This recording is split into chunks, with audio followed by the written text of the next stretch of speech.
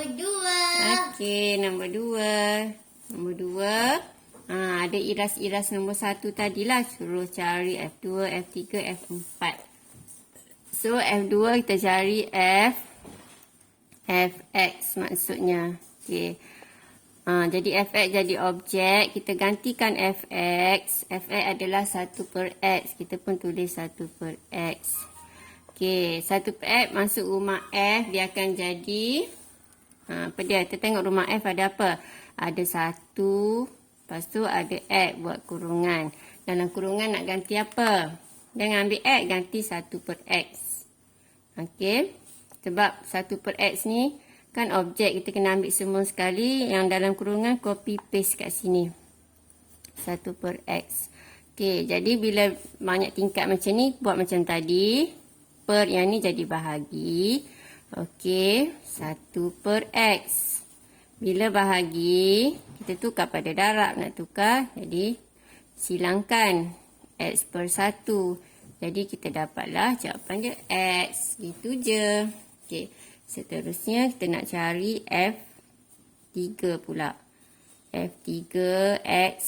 Dia adalah sama dengan F. Dia adalah sama dengan F apa? F2X. Okey. So, kita gantilah dulu F2X yang kita dah dapat tadi. X sahaja. Lepas tu, X ni kita akan ganti dalam fungsi Fx semula. Jadi, fungsi Fx ada 1 per... Okey, 1 per X. Dia kurungkan. Okey, jadi nak ganti apa? Tengok dalam kurungan ada X saja, letak X. Jadi, kita dapat 1 per X. Dapat 1 per X semula. Gitulah. Okey, seterusnya F4 pula. Jadi... F2X. Okey, gantikan fungsi yang di hujung. F2X adalah yang kita cari ni tadi ni. F2X yang ni F2X adalah X. Gantikan dalam F2 juga. Jadi X jugalah. Okey, faham? Sebab bila kita ganti, tengok fungsi F2X adalah X. Jadi, kita kurungan je. Lepas tu, kita pun ambil yang ni. Jeling atas, copy paste. Jadi, memang dapat X lah. Kata, kenapa dapat sama? Macam pelik je. Tak pelik. Memang ini betul-betul. Bukan dugaan. Okey, yang dia nak cari ni dugaan ni. Okey, F42. Macam mana tu? Jadi, daripada sini, kita boleh nampak yang ni. Yang ni F1. Okey. F1X sama dengan 1 per X. Lepas tu, kita ada F apa dia? F2. F2X sama dengan apa? X. Lepas tu, F3X sama dengan 1 per X balik. Lepas tu, F4X sama dengan...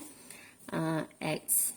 Jadi kalau soalan macam ni awak kena buat sampai F4 supaya biasa soalan pun suruh bagi sampai F4 lah. So cari sampai F4. Jadi kita buat perbandingan 4 ni. Macam tadi macam soalan pertama tadi dia sama macam ni kan. Dia sama macam ni pattern dia. Yang ni kita tengok aib macam ni pula. So dia selang-seli. Jadi yang selang-seli ni tengok yang ni nombor apa ni? 1 dengan 3. 1 dengan 3 nombor ganjil.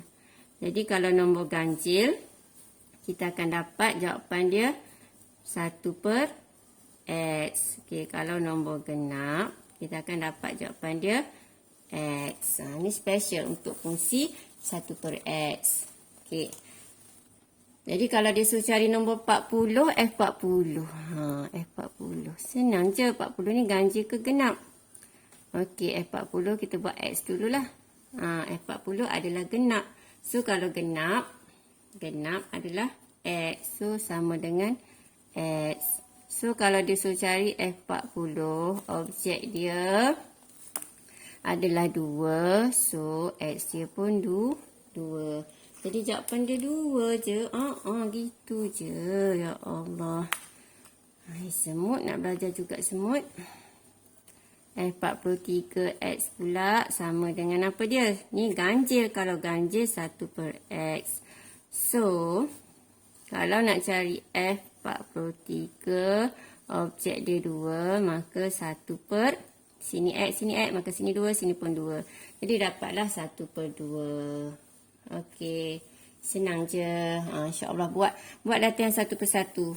Maksudnya kalau awak buat tu, awak tengok step cikgu buat, ikut satu persatu. Okey, kalau rasa boleh, berhenti dulu video. Tak boleh, on balik video. Ikut. Okey, semoga awak berjaya, dapat faham. Okey, seterusnya soalan nombor 3 pula. Okey, soalan nombor 3 dia bagi rumus apa tu? A sama A ni apa?